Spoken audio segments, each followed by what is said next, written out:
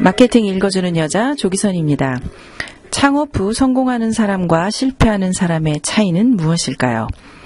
유능한 사람이 성공하는 것이 아니라 성공한 사람이 유능한 것입니다. 2014년 브라질 월드컵 준결승전에서 브라질이 독일에게 7대1로 완패했습니다.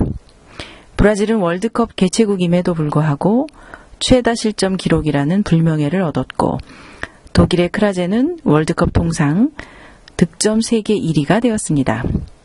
남미 축구를 대표하는 브라질이 7대1로 깨지다니요.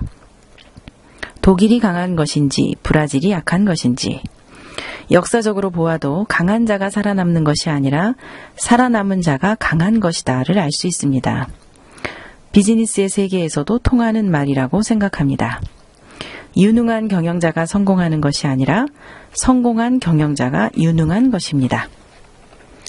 창업에서 반드시 성공하기 위해서 가장 필요하고 중요한 것은 무엇일까요? 창업 후 3년 이내에 80%의 기업이 폐업을 합니다. 살아남은 20%의 기업 중 80% 기업도 수익을 내는 것이 아니라 유지하는 수준입니다. 정부에서도 창업을 유도하고 경영 안정을 돕기 위한 다양한 자금 지원 정책을 만들었습니다.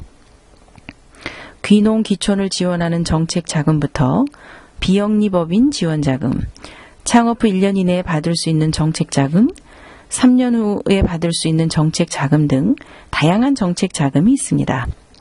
정책 자금은 필요하지만 활용 방법이 잘못된 건 아닌지 생각할 때가 있습니다.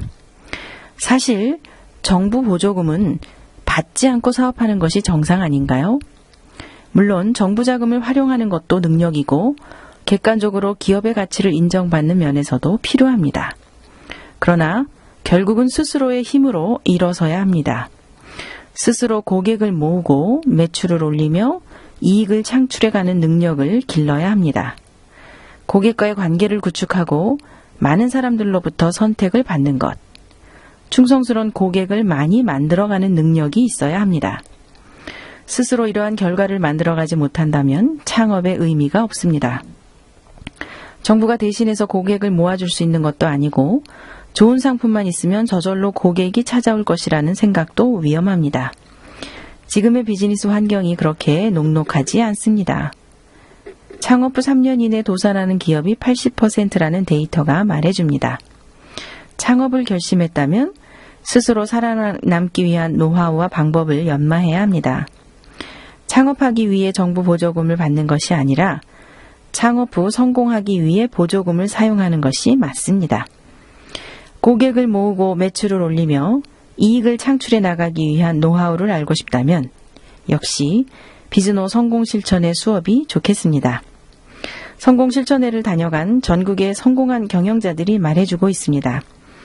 지금까지 마케팅 읽어주는 여자 조기선이었습니다.